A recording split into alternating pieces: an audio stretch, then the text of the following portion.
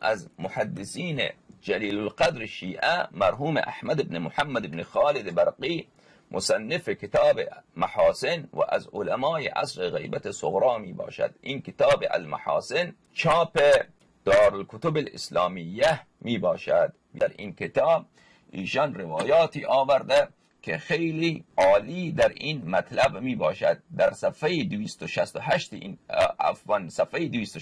این کتاب روایت 356 را ملاحظه بفرمایید.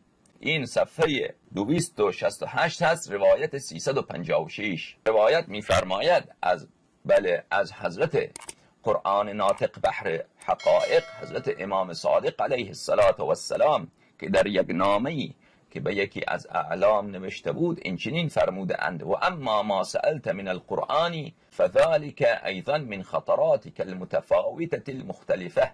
اما سؤالهایی که درباره قرآن کرده ای آن هم از آن امور باعث تشویش و باعث حراسی هست که تو در آنها راههای مختلف را به پیش گرفته ای.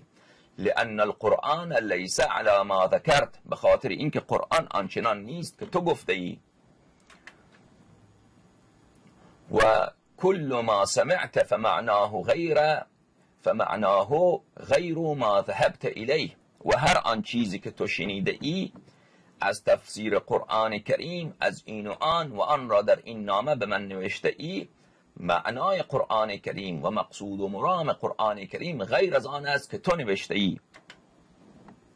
و انما القرآن امثال لقوم یعلمون دون غیرهم، بدان که قرآن کریم فقط و فقط مثال ها هست. مثال بینندگان محترم به یک رمزی گفته می شود که آن رمز دلالت دارد بر یک معنای بیشتر و بزرگتر و عظیمتر از آن مثال. شما مثالی که میزنید این مثال به خاطر این هست که در ذهن شما به خاطر مثال محسوس هست و یک امر غیر محسوس را شما با این مثال محسوس میخواهید به ذهن نزدیک بکنید و برای ذهن مخاطب روشن بکنید. یک وقتی هم مثال گفته می شود به خاطر اینکه کسی کلام شما را نفهمد، شما عمدن یک مثالی میزنید که مخاطب میفهمد، اما کسانی که نامحرم باشند و این کلام به سمع اونها برسند اونها متوجه نمی شود. حضرت امام صادق علیه السلام میفرماید که قرآن فقط و فقط امثال هست، رموزی هست برای مردمانی که میدانند و کس که مخاطبان اصلی قرآن هستند، ائمه هدات معصومین علیهم السلام. و این مطالب را دیگران نمیدانند که این قرآن مقصود اصلیش چیست. ولقوم یتلونه حق تلاوته، این امثال قرآن برای آن قومی هست که قرآن را آنطوری که خداوند متعال خواسته و نازل فرموده آنطوری تلاوت میفرمایند. و هم الذین یؤمنون به و یعرفونه، و اونها هستند که به این قرآن ایمان دارند و این قرآن را میشناسند. و بینندگان محترم در ادامه کلام امام علیه السلام تصریح میآید که اینها ائمه هدات علیهم السلام هستند. فاما غیرهم فما اشد اشکاله علیهم و ابعده من مذاهب قلوبهم. اما غیر ائمه اطهار، ائمه معصومین علیهم السلام، بله چقدر شدید هست که قرآن از برای اونها مشکل هست. اشکال یعنی مشکل بودن، که قرآن کریم از فهم اونها دور و قرآن کریم برای اونها یک امر پیچیده مغلق که معنای متکلم را از آن درآوردن بسیار سخت، بسیار مشکل. و چقدر برای غیر اهل بیت علیهم السلام معانی قرآن و مطالب قرآن کریم برایشان مشکل هست. و ابعده من مذاهب قلوبهم، و چقدر و به چه اندازه یعنی بی‌نهایت دور هست قرآن کریم از اون چیزهایی که در قلب اینها خطور میکند، قلب بقیه مردم غیر از اهل بیت علیهم السلام. ولذلك قال رسول الله صلى الله عليه وآله وسلم ليس شيء بأبعد من قلوب الرجال من تفسير القرآن. حضرت قرآن ناطق بحر حقائق امام جعفر صادق سلام الله علیه میفرمایند به خاطر همین است که حضرت رسالت پناه صلی الله علیه و آله و سلم میفرمایند که هیچ چیزی دورترین شیء از قلوب مردم از تفسیر قرآن نیست. تفسیر بینندگان محترم یعنی کشف قناع. تفسیر یعنی پرده کنار زدن، پرده قرآن را کنار زدن، که یعنی الفاظ پرده‌ای باشد و معانی ورای این پرده محجوب باشند و شما این سطر را، این پرده را کنار بزنید. این هست تفسیر، که حقیقت را ببینید.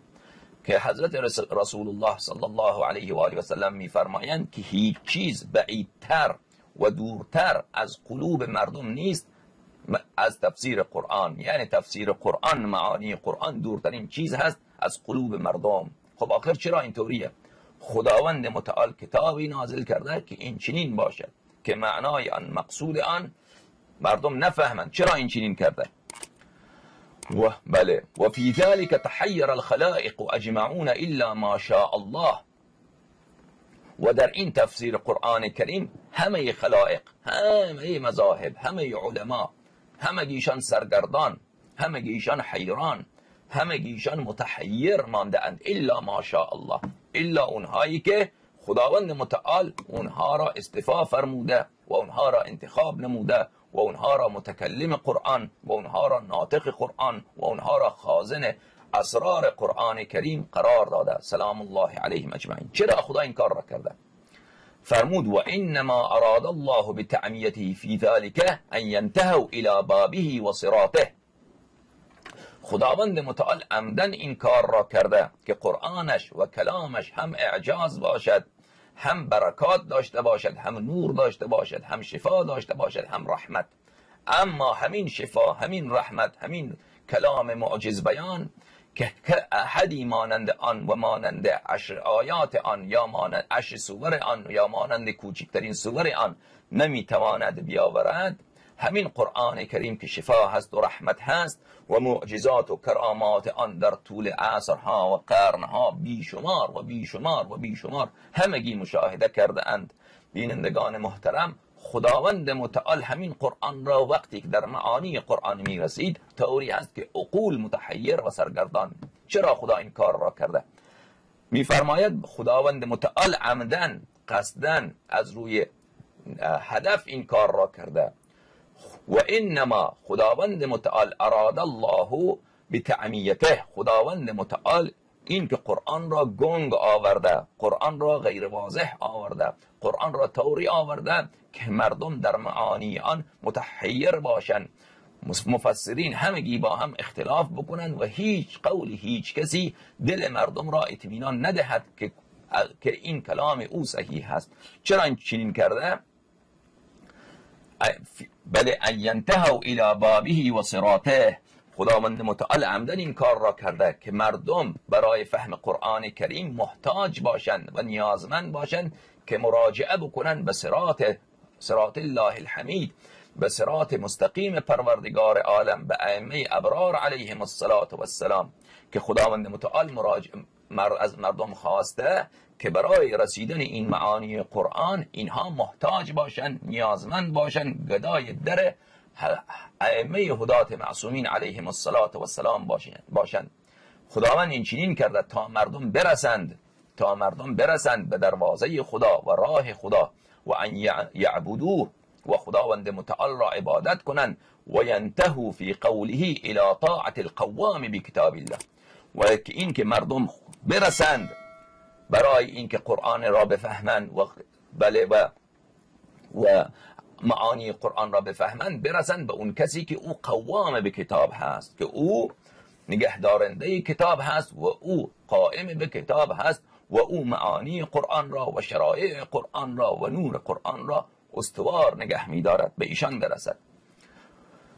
بله، و ناطقین عن امره، تا مردم برسند به در ناطقین، اون کسانی که نطق میکنن و کلام میکنن و حرف میزنن از امر خداوند متعال. کلام اونها عین اوامر پروردگار عالم هست و اونها نطق نمیکنن از هوا، از جهل، از تعصب، بلکه نطق آنها و ما ينطق عن الهوى ان هو الا وحی یوحى. و ان یستنطقوا ما احتاجوا الیه من ذلك عنهم لا عن انفسهم. خداوند متعال عمدن قرآن را این چنین نازل فرموده تا اینکه در اموری که مردم احتیاج دارند در فهم قرآن کریم استنطاق بکنن اهل بیت علیهم السلام را. استنطاق یعنی طلب بیان بکنن، طلب بیان بکنن، سوال بکنن، گدایی بکنن، طلب هدایت بکنن، طلب معانی قرآن بکنن از قرآن ناطق. حضرت امام صادق علیه السلام قرآن ناطق باب الحوائج، امام کاظم علیه السلام قرآن ناطق باب الحوائج، حضرت امام رضا علیه السلام و حضرت امام عصر عجل الله تعالی فرجه الشریف که حافظ قرآن و شریک قرآن و صاحب قرآن و حجت قرآن و لسان قرآن و ناطق به قرآن می باشند، از ایشان این طلب فهم بکنن از ائمه معصومین علیهم السلام و از پیش خود تا مردم خودشان هم بدانند که هر چیزی که از پیش خود میگویند این کلامشان بیهوده هست و ارزشی ندارد. ثم قال، بعد امام صادق علیه السلام فرمودن ولو ردوه الى الرسول و الى اولی الامر منهم لعلمه الذين يستنبطونه منهم. اگر مردم در مسائلی که نزاع میکنن، اختلاف میکنن، معنای امری برای اونها روشن نیست، حکمی از برای اونها روشن نیست و به خاطر اینکه این معنا را نمیفهمن با همدیگر نزاع دارن و خوف و وحشت اونها را فرا میگیرد، در این مسئله اونها اگر این مسئله را برگردانند برای بیان بیشتر و برای به دست گرفتن حکم خداوند متعال، برگردانند این را به سوی خدا و به سوی اولی الامر، اونهایی که صاحبان امر و نهی الهی هستند، صاحبان دین خدا هستند، لعلمه الذین یستنبطونه منهم. بله، آنانی که از مؤمنین، آنهایی که از مؤمنین اهل فهم عمیق قرآن هستند، اونهایی که خداوند متعال اونها را اسرار قرآن کریم داده، خداوند متعال به اونها علم بواطن قرآن را داده، اونها خواهند فهمید که این مشکلی که اینها را حیران و بیچاره و سرگردان کرده آن چیست. بله، فاما غیرهم فلیس یعلم ذلك ابدا ولا یوجد. اما غیر اولی الامر، غیر اونهایی که خداوند متعال آنها را استنباط علوم قرآن کریم و عطا فرموده و بواطن علوم قرآن کریم عطا فرموده، اونها هیچ وقت در این مسائل اختلافی که منظور قرآن، مقصود قرآن کریم چیست، اینها را نمیتوانند کشف بکنند. وقد علمت انه لا يستقيم ان يكون الخلق كلهم ولاة الامر اذ لا يجدون من يعتمرون عليه. و تو میدانی که تمام امت و یا تمام مردم اینها نمیتوانند اولی الامر باشند. در آیه‌ای که فرمود ولو ردوه الى الرسول و الى اولی الامر منهم لعلمه الذين يستنبطونه منهم. این که کسی ادعا بکند که تمام مردم صاحبان امر هستند، این که امر باطلی هست، اگر این چنین باشد که همه مردم صاحب امر و نهی باشد، پس چه کسی این امر و نهی را تحمل بکند و طاعت بکند؟ بله، اذ لا یجدون من یعتمرون علیه و لا من یبلغونه امر الله و نهیه. و نه کسی را اگر همه مردم اولی الامر باشند که دیگر کسی نمیمانند که مورد تبلیغ امر و نهی قرار بگیرند. فجعل الله الولاة خواصه لیقتدی بهم من لم یخصصهم بذلك. پس خداوند متعال ولات امر را، اونهایی که بواطن قرآن دست اونها هست، اونها را افراد خاصی را قرار داده، اونها را تا بقیه مردم که این ویژگی ولی الامر بودن را ندارند به آنها اقتدا بکنند. ففهم ذلك ان شاء الله. پس این مطلب را خوب بدان. و ایاک و تلاوت القرآن برأیک. برحذر باش اجتناب کن که قرآن را تلاوت نکن به رأی خودت. تلاوت قرآن را نخوان، تفسیر نکن اون چیزی که به کلت خطور کرد، طبق رأی خودت، مسلک خودت، مذهب خودت. مثلا من قائل به تقلید باشم، من برم آیات را پیدا بکنم و زورکی و اونها را سعی بکنم که به یک طریق بچسبانم که از اون من تقلید را در بیاورم. یا من مثلا قائل به حکومت باشم، قائل به انقلاب باشم، قائل به یک مطلبی باشم، به قائل مثلا فرض بکنید به اصالت ماهیت باشم، اصالت وجود باشم، قائل به فلان شی باشم، بعد برم قرآن کریم این رأی من، مذهب من چیست؟ اصالت وجود هست، وحدت وجود هست، اصالت ماهیت هست. یا رأی من مثلا فرض بکنید اجتهاد هست، رأی من تقلید هست، یا رأی من مخالفت با اجتهاد و تقلید است. رأی آدم، فکر آدم، اون مراد آدم که باشد، اون را بله اون را رأی گویند. خب بینندگان محترم، یا اون مطلبی که رأی به معنای نظر، فکر، اون چیزی که در سر آدم خطور میکنه که بله قرآن را خواندی یک مطلبی در کلت خوشت آمد، بدون اینکه تو بشنوی از اهل بیت اطهار علیهم السلام که واقعا منظور مقصود همین هست. برحذر باش که قرآن کریم را تلاوت ننما، نخوان، بیان نکن طبق رأیت، طبق تعصبات شخصیت، طبق گرایش های باطنیت و یا طبق اون فکرهایی که در مخیلت خطور می کند. فإن الناس غیر مشترکین فی علمه کاشتراکهم فیما سواه من الامور. مردم محروما از فهم قرآن کریم، مردم در فهم بقیه امور مشترک هستند. شما مثلا کوه شناسی، گیاه شناسی، انسان شناسی، زمین شناسی، این بقیه علوم، بقیه فنون، اینها فهمشان برای عموم مردم میسر هست. هر کسی زحمت بکشد به آن میرسد. همه مردم در حد سوا به اندازه توانایی خود در یک فنی زحمت بکشد، در یک فنی مطالعه و تحقیق کند، تلمذ و شاگردی کند، به مانند همون طوری که دیگران استاد شده اند، ماهر شده اند، به اندازه همونها یا کمی بیشتر یا کمی کمتر به استادی میرسد. لذا بقیه علوم برای عموم مردم درش باز هست و در آنها میتوانند اینها اشتراک بجویند. اما قرآن کریم این چنین نیست. میفرمایند امام صادق علیه السلام فإن الناس، پس به درستی که مردم در قرآن کریم و در علم قرآن کریم بله با همدیگر مشترک نیستند که این علم قرآن کریم درش برای عموم مردم باز باشد. نه، این علم قرآن کریم این مخصوص است از برای کی؟ از برای اهل بیت اطهار علیهم السلام.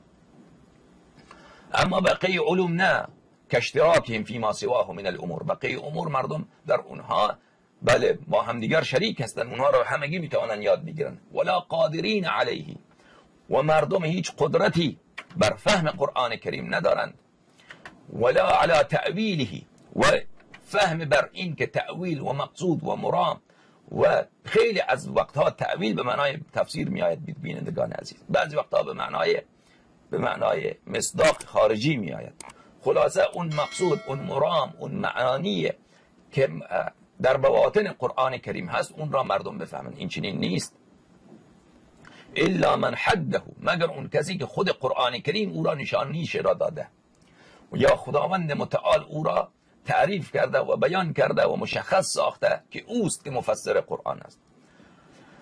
و بابه الذی جعله الله له، اون کسی که باب قرآن کریم، دروازه قرآن کریمه که خدا او را دروازه قرآن، دروازه علوم قرآن، دروازه برکات قرآن، دروازه انوار قرآن، دروازه معجزات قرآن کریم قرار داده که زبان اوست که قرآن را تفسیر میکند و بیان میفرماید. فافهم ان شاء الله واطلب الامر من مکانه تجده ان شاء الله. پس این مطلب را خوب یاد بگیر و ان شاء الله العزیز مطلب را از جایش میابی. بله، معانی قرآن را از اهل بیت علیهم السلام. باز در همین کتاب محاسن مرحوم برقی بینندگان عزیز در صفحه 300 حدیث 5 ملاحظه بفرمایید. این صفحه 300 حدیث 5 جابر بن یزید جعفی میگوید سألت ابا جعفر علیه السلام عن شیء من التفسیر فاجابنی. جابر بن یزید جعفی از اجله محدثین و روات شیعه میگوید که سوال کردم از قرآن ناطق از قرآن ناطق حضرت امام باقر علوم النبیین علیه السلام مسئله در تفسیر قرآن، پس به من جواب عنایت فرمودند. دوباره پرسیدم، باز به من جواب دیگری دادند. ثم سألته عنه، از همون مطلب، از همون آیه سؤال دوم کردم، جواب دیگری دادند. فاجابنی بجواب آخر، فقلت جعلت فداك كنت عجبتني في هذه المسألة بجواب غیر هذا قبل اليوم. عرض کردم که روز گذشته یا مولای من جانم فدای شما، من درباره همین آیه شما پرسیدم، شما یک جواب دیگری دادید، امروز جواب دیگری عنایت فرمودید. پس فرمود فقال یا جابر ان للقرآن بطنا وللبطن بطنا وله ظهر وللظهر ظهر. پس ای جابر بدان که قرآن باطنی دارد و باطنی دارد پوشیده که عقول مردم به آن نمی رسد، و بعد آن باطن پوشیده باز ورای آن رمزهایی هست، ورای آن رمزهایی هست که ما اگر اون باطن پوشیده را هم به شما بگوییم باز ورای آن اسرار دیگری هست، حقایق دیگری است در باطن آن که اون را مردم نمیفهمند. در روایات داره که باز ورای آن حقایق دیگری هست. بینندگان این کلام پروردگار عالم، و ما من غائبة فی السماء والارض الا فی کتاب مبین. هیچ امر پوشیده در آسمان ها نیست، حالا چه برسد به زمین، امر پوشیده در آسمان ها نیست مگر که در این کتاب واضح و آشکار. که واضح و آشکار کیه؟ به شرط این که بله مبلغ آن، متکلم آن، ناطق آن، قارئ آن، تالی آن امام معصوم علیه السلام باشد که مبین هست نزد اونها.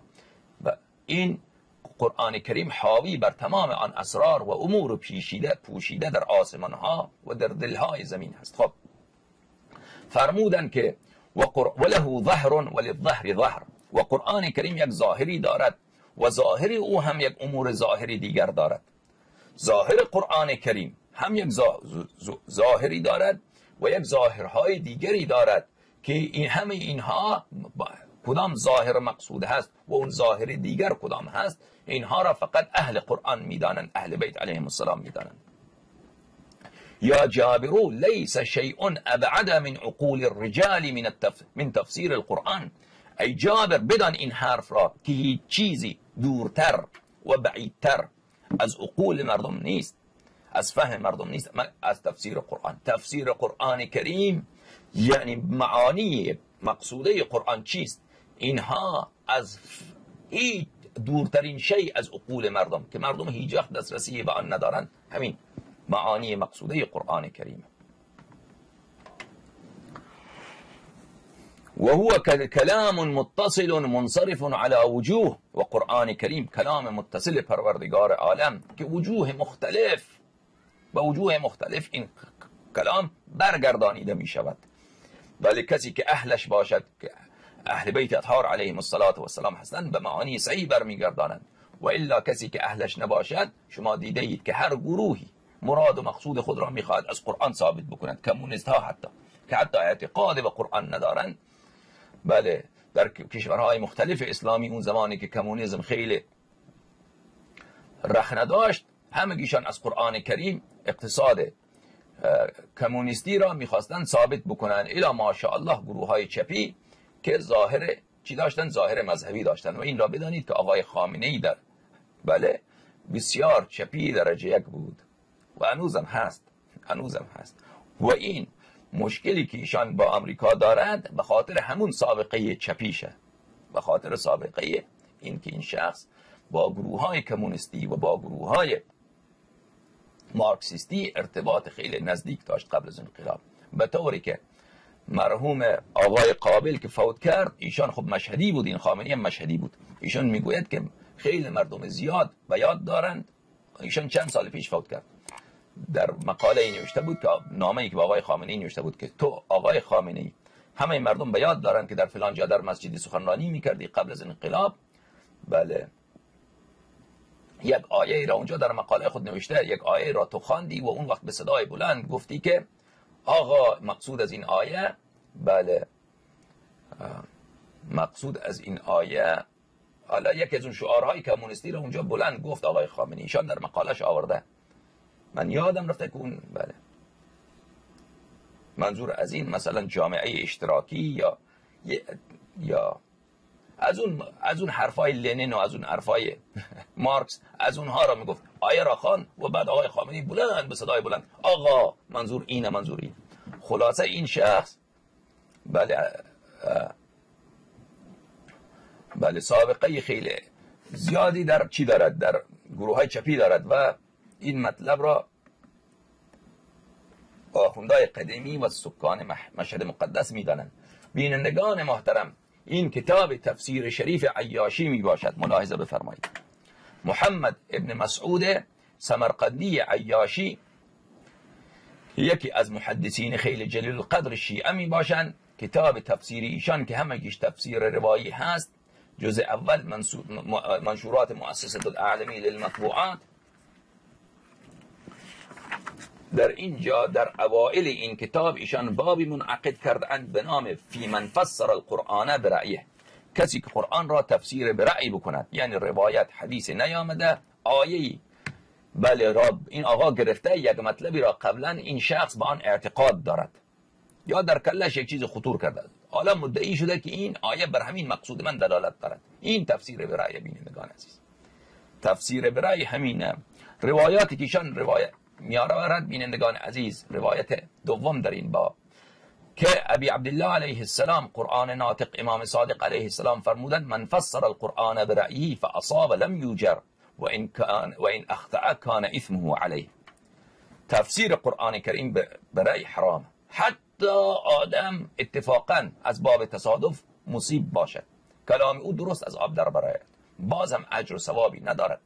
و اگر خطا گفته بود اون وقت گناهکاره.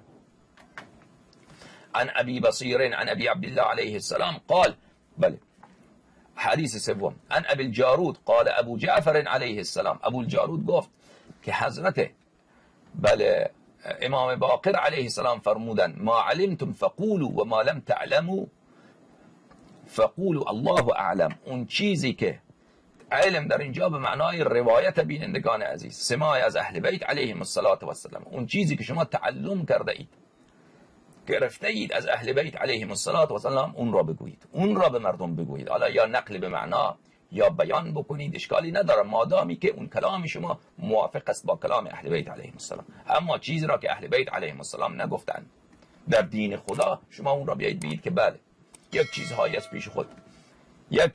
پیش خود که به فکر شما رسیده که حالا مثلا شما یک فضیلتی، ولو اون چیز به فکر شما خوب باشد، مثلا برای امیرالمؤمنین علیه السلام یک فضیلتی درست کنید، برای قرآن کریم یک فضیلتی مثلا از پیش خود که نه خدا گفته نه پیغمبر گفته نه اهل بیت اطهار صلوات الله علیهم و ارواحنا لهم الفدا و صلی الله علیه و آله و سلم نفرمودند. یا مثلا در احکام شرایع حلال و حرام شما یک چیزی را از پیش خود ولو به فکر شما خوب برنظره، این را نگویید. اون چیزی که شنیده اید از اهل بیت علیهم السلام. علم در اینجا بینندگان عزیز به معنای یقین نیست، این علم به معنای سماع است. علم به معنای سماع هست از اهل بیت علیهم السلام، همونطوری که ما بارها برای شما گفتیم. و حالا اگر کسی بگوید به معنای یقین هست، باز بینندگان محترم، باز که آیات قرآن کریم، روایات یا فتوا دادن برأی، اتباع زن، اینها همگیشان خارج از مقوله علم ولو به معنای قطع و به معنای یقین هست. فإن الرجل ينزع بالآية فيخر بها أبعد ما بين السماء والأرض. یا فإن الرجل ينزع بالآية یا ينزع بالآية. آدم آیه ای را از جایش میکند، آیه ای که معنایش هست اون را شما میکنید از جایش، یعنی از اون محلش، از اون معنای مقصودش اون را بیجا میکنید، یک کلام دیگر به اون آیه نسبت میدهید. یا اینکه به سبب آیه آدم از جایگاه خودش ساقط میشود، کنده میشود از اون منزلتی که در ایمان داشت، مؤمن بود، به خاطر که آمده آیه را تفسیر برأی کرده، این شخص به خاطر این از جایش کنده میشود. خب فیخر بها ابعد ما بین السماء والارض، و به خاطر همین آیه را که تفسیر برأی کرد، نمیدانست که معنای آیه چیه، حدیث نبود، از پیش خود آمد گفت یک چیزی به کلش خوب خطور کرد، به کلش خوب خطور کرده، بعد میاد میگه که این آیه چیه، بله مقصودش فلانیه. خب به سبب همین کارش فیخر بها، به سبب همین کارش، به سبب همین آیه این شخص میافتد، سقوط میکند، از حال سافلین میشود. ابعد ما بین السماء والارض، یک مسافتی بلندتر، پر ارتفاعتر از ارتفاع آسمان تا زمین، از این بیشتر سقوط میکنه و منزلتش را از دست میدهد. روایت دیگر ابو بصیر از امام صادق علیه السلام روایت میفرماید من فسر القرآن برأیه ان اصاب لم یوجر و ان اخطأ فهو ابعد من السماء. کسی که قرآن را به رأی خودش تفسیر بکند اگر مصیب بود، اتفاقا این اتفاق خیلی نادره عزیزان من که آدم تفسیر به رأی بکنه، یک کلام زوجوه باشد، شما بگو خدایی مثلا این درست عذاب در بره. خب این آدم مؤمن، آدم محتاط در دین این کار را انجام نمیده، چون این که اتفاقا تیر شما به نشانه بخورد این احتمالش خیلی کمه. درسته نه؟ حالا بینندگان محترم، اگر اتفاقا تیرش به نشانه خورد اجری ندارد پیش خدا، و اگر خطا کرده بود دیگر او ابعد من السما، دیگر او سقوط کرده به یک فاصله بیشتر از آسمان تا زمین. عبدالرحمن ابن الحجاج از امام صادق علیه السلام روایت میکند بله لیس ابعد من عقول الرجال من القرآن، او لیس شیء ابعد من عقول الرجال من القرآن. بله لیس ابعد من عقول الرجال من القرآن، او لیس ابعد من عقول الرجال من القرآن. هیچ چیزی بله محجوبتر و مستورتر و پوشیده‌تر از قرآن کریم از عقول مردم نیست. عقل مردم به قرآن نمیرسد. عن عمار بن موسی نبی عبدالله علیه السلام سئل عن الحکومه. کسی آمد از امام صادق علیه السلام درباره قضاوت کردن پرسید که ما بریم قاضی بشیم و مثلا حکم قضاوت چیه؟ فرمود من حکم برأیه بین اثنین فقد کفر. امام صادق علیه السلام فرمود کسی که به رأی خودش، به فکر خودش، نه بما انزل الله، به طبق فکر خودش، نه طبق فرمان اهل بیت علیهم السلام، گفت این مثلا انشاءالله که اینطوری، به فکر خودش آمد در درهمین، در 2 درهم آمد چی کرد؟ قضاوت کرد. فقد کفر، این شخص کافر شده. و من فسر آیه من کتاب الله فقد کفر. و هر کسی من فسر برأیه، هر کسی که آیه از قرآن کریم را تفسیر برأی بکند چی شده؟ او کافر شده. مرحوم صدوق در کتاب امالی و در کتاب توحید و در کتاب عیون الاخبار این روایت را با سند خیلی جلی روایت فرموده. ملاحظه بفرمایید بینندگان محترم. کتاب التوحید تألیف مرحوم ابو جعفر محمد بن علی بن الحسین بن بابویه القمی معروف به صدوق، طبع مطبوعات دار الاندلس، چاپ سال 1430 در نجف اشرف این کتاب چاپ شده. بله در اینجا در باب دوم ایشان در توحید و نفی تشبیه، باب التوحید و نفی التشبیه.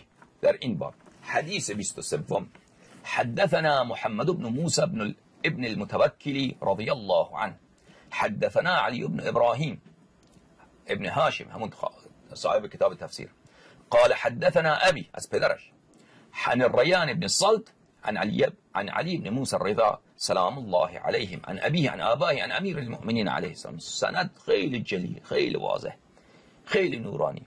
خب این سند مشایخ شیعه، همگیش بزرگان شیعه، از امام رضا علیه السلام، از امام کاظم علیه السلام، از امام صادق علیه السلام، از امام باقر علیه السلام، از سید الساجدین علیه السلام، از امام حسین علیه السلام و امام حسین علیه السلام یا از برادرشان یا ایشان هم خودشان از امیر المؤمنین علیه السلام که شاه مردان شیر یزدان امیر المؤمنین علیه السلام فرمودن قال رسول الله صلی الله علیه و آله که حضرت رسالت مآب خاتم الانبیا صلی الله علیه و آله و سلم فرمودن قال الله جل جلاله، خداوند متعال فرمودند. پس حدیث قدسی ما آمن بی من فسر برأیه کلامی، ما آمن بی، کسی که به من ایمان دارد بله کلام مرا تفسیر برأی نمی کند. معنای دقیق آیه روایت ما آمن بی، به من ایمان نیاورده اون کسی که کلام من قرآن مرا تفسیر برأی می کند. تفسیر برأی کردن چی عزیزان؟ اون کسی که بله کلام مرا تفسیر برأی بکند اصلا به من ایمان نیاورده. و ما عرفنی من شبهنی بخلقی، و اون کسی که مرا تشبیه به خلقم می کند، که خدا پاچه دارد، خدا مثلا علیاذ بالله ریش دارد، خدا پایین می آید، بله، و اینها را اصلا تعویل هم نمی کند، میگوید که حقیقتا نمیشه، ما خدا را میبینیم روز قیامت و نمیشناسیم، تا اینکه پاچه را بالا میزنه از بند پایش، از ساق پایش میشناسیم که این خدا است، علیاذ بالله. و ما عرفنی من شبهنی بخلقی، هر کسی که مرا تشبیه به خلقم کند او مرا نمیشناسد، مرا به من ایمان ندارد، او مرا نمیشناسد. و ما علی دینی من استعمل القیاس فی دینی، و بر دین من نیست اون کسی که در دین من قیاس استفاده میکند، قیاس استفاده میکند. پس بینندگان عزیز، در این روایات شما تفسیر برأی و حرمت آن را و شدت حذر از آن و تأکید اجتناب از تفسیر برأی را دیدید.